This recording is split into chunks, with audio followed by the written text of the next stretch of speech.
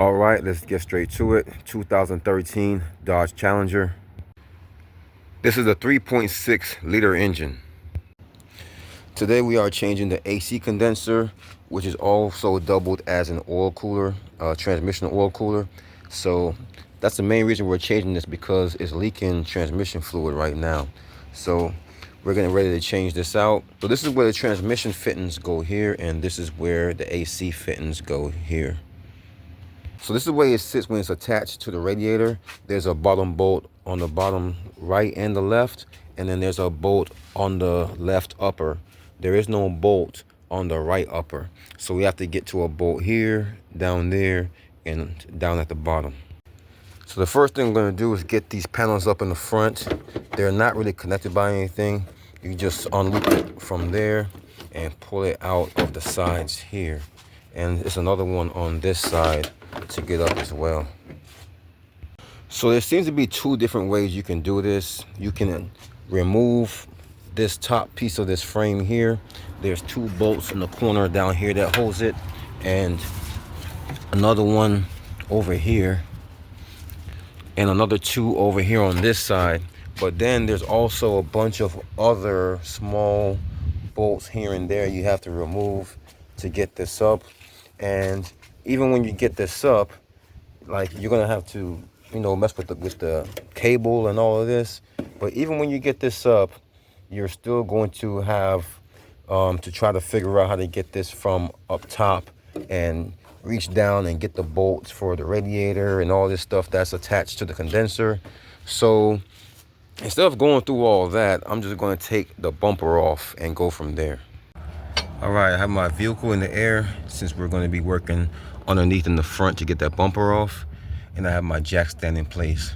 Since I'm using this type of jack, I have the jack here on this part of the frame underneath, instead of putting it here on this weld. So someone removed the bottom cover on this car, but usually there's a bottom piece that's attached to here on the bumper, and on this side over here as well. But since that's removed, the only thing we have to worry about now is the sides. So we're gonna start from the driver's side, and you can see these tabs that's going all the way down the side. I'm counting about 4 of them, and we can use this body panel clip tool like this one or like this one to get these off.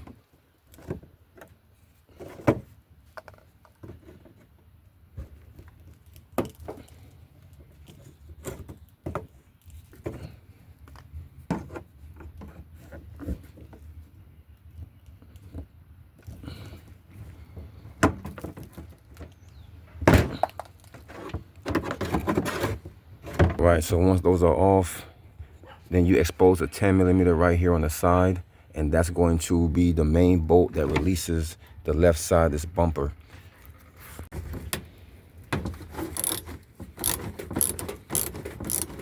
Okay, so once you get that out, you can see that this left side over here is loose for the most part. So now we can go on that right side and do the same exact thing. All right, so we have the right side free. We have all of these tabs out, and we have that 10mm bolt out as well. All right, so once I got this piece out here, I just bent this back behind the wheel. So now we can get to our last bolt. So it's right there. It's right there. So you can use a socket and a ratchet with an extension and get that out. And we're going to do the same exact thing on the opposite side. You're going to need a deeper 10mm socket to get that versus the other one.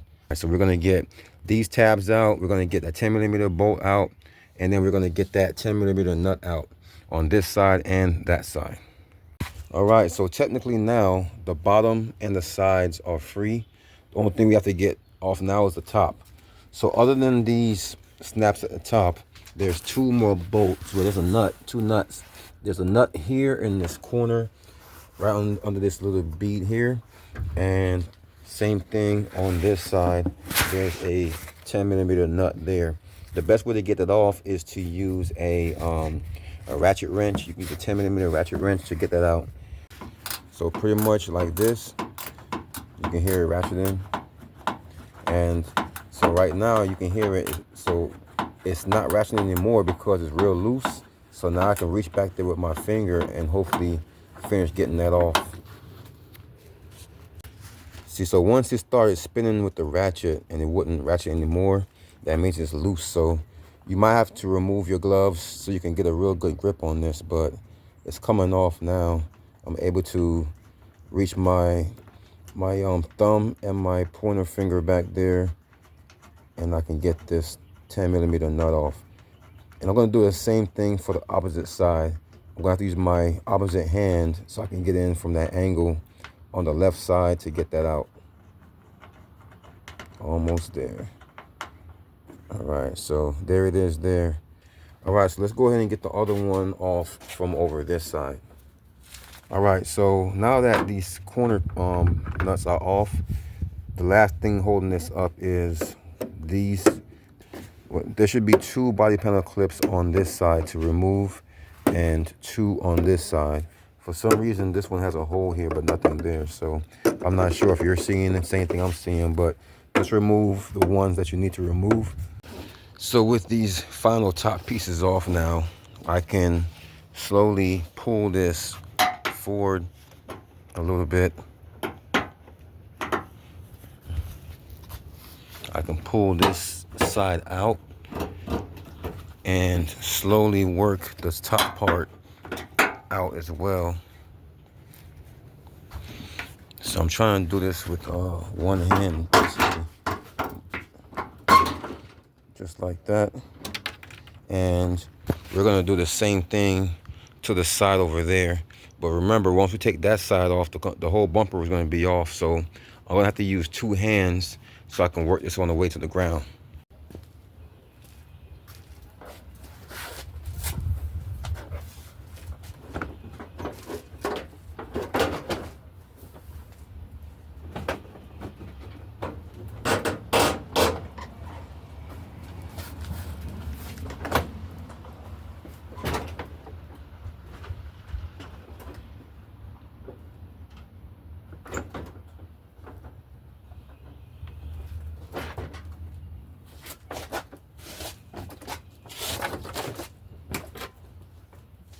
All right, so we have the bumper all the way off, and you can see there is a connection right here.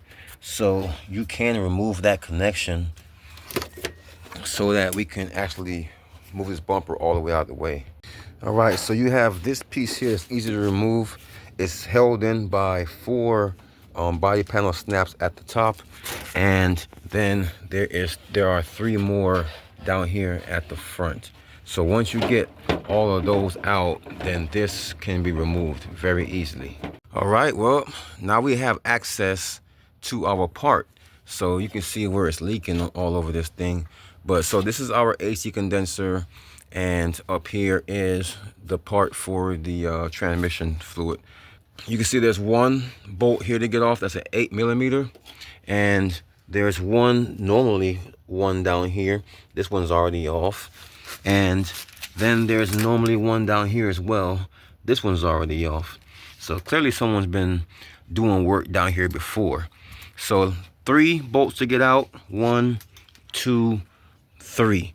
And that's just to loosen it. Of course, we still have to get our lines out. So we have to get these 2 lines here, and of course our refrigerant line.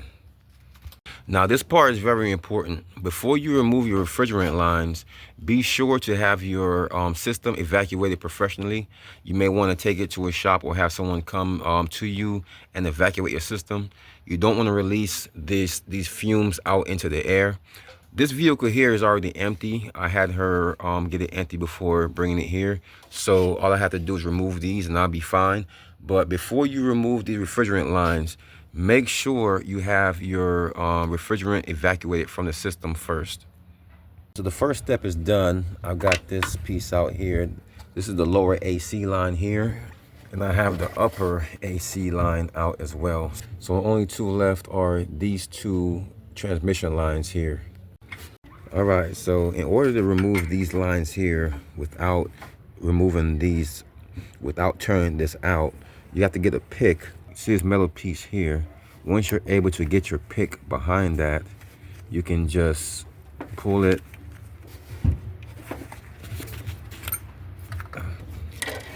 So you see how that one flew out pretty much. So we're gonna try again with this one here. Hopefully this one doesn't go flying out. All right, so there goes both of our clips there. So now that those are out, we can actually go ahead and pull these out now. But I'm gonna put a container down here just in case we have any fluid leakage. It will catch the fluid. All right, so let's get these bolts out now. So it turns out there's a bolt here too. It's an 8mm, right where the transmission lines go. And then there's normally a bolt down here at the bottom, like I showed before, one down here and one up here. So let's remove those 4 bolts, and then this whole piece would be able to be removed. All right, so just like I thought, as soon as I got that last bolt out there, the whole thing just came down with no problem. So I'm gonna get this up out the way. All right, so this is our new part, and this is the way that it goes up. So basically we can see where the screws go. So I'm gonna put this right up there and start getting our screws in. All right, so we're getting there. So we have this bolt on this side in, we have this bolt over here on this side in, and you should have your bolt here in too, and the one down here. So this one didn't have it in there, so we'll have to find some replacement bolts for this, but you should have the ones for yours. So there should be 4 bolts in total, and I have at least 2 up there to hold it steady. So I can go on to the next step now. So the new part comes with plugs in all of these holes. So once you get those plugs out, we can continue. And so we're gonna start with this top line here. We're gonna clean off around there, and then just force it right down till you hear it click.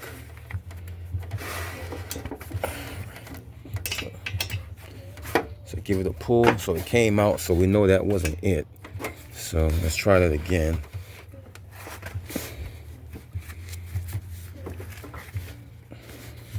All right, so it's nice and firm in there now. So it shakes around, that's how it's supposed to be, but as long as you can't pull it back out and you heard it click, then it's in. So now we can do that bottom one. So let's clean that off like we said, and just give it till it clicks like that. Try pulling it back out, and if you can't pull it back out, then it's in. So now our transmission lines are done. So let's get our AC lines. So this didn't come with new gaskets or new O-rings for this. So we're gonna try to put our own old ones on. But if you do have new ones, or if you notice there's damage on the old ones, then go ahead and buy new ones to replace that. But I'm gonna go ahead and put this on now and put our bolt back, start our bolt back on top. So this one came out like this. So I'm gonna just screw this back in here.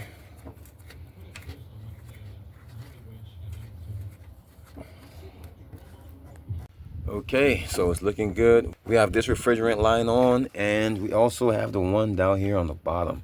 Everything is tight, and our transmission lines are on. So now we can start to get things back together. We're gonna start with this plastic piece here that we took off earlier.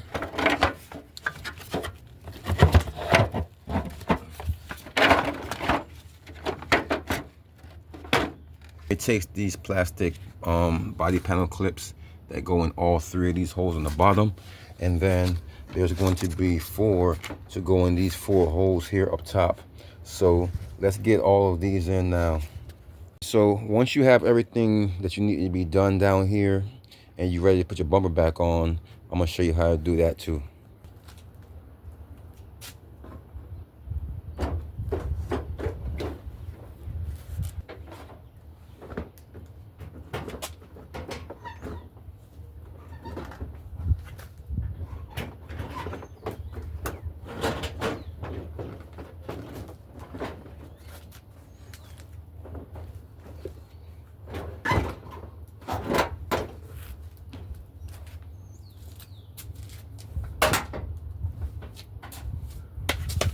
All right, so as you see, I was able to put the bumper up here, but nothing's connected yet. If I pull this off right now, it's just gonna fall straight off.